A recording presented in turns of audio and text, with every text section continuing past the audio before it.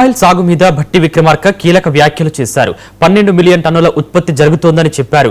70 లక్షల ఎకరాల్లో సాగు చేయాల్సి ఉంటే కేవలం 3 లక్షల ఎకరాల్లో సాగు చేస్తున్నామని తెలిపారు. అధిక దిగుబడి పంటలపై రైతులు దృష్టి పెట్టాలని సూచించారు. గోద్రేజ్కు రాష్ట్ర ప్రభుత్వం సహకారం అందిస్తోందని తెలిపారు. విదేశీ విత్తనాలపై ఆధారపడాల్సిన అవసరం లేదని, పామాయిల్తో పాటు ఇతర పరిశ్రమలు రావాలని భట్టి అన్నారు.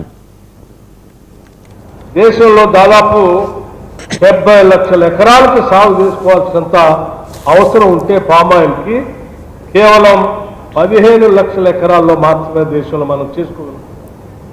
అంటే ఇంకా చాలా లక్షల ఎకరాలు మనకు అవసరం. 91, 92లో మొదలుపెట్టినటువంటి మనం కల్టివేషను కేవలం 3 లక్షల ఎకరాలకు మాత్రమే లో రాష్ట్రంలో ఈరోజు మనం చేసుకోగలిగాం. అంటే మనం ఇంకా పెంచుకుంటూ పోతే కావాల్సినంత స్కోప్ ఉంది చెప్పడానికి ఈ లెక్కలు మీ దృష్టి తీసుకొని వస్తాం.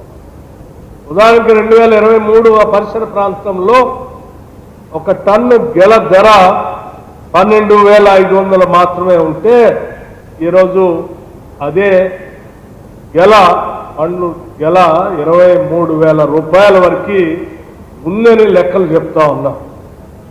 అంటే కేవలం 2023లో 12,000 నుంచి ఇవాళ 23,000 రూపాయలకి పెరిగిందని అంటే దీని ఆదాయం కూడా రైతులకు ఎంత బాగా పెరుగుతుందో ఒకసారి ఆలోచించే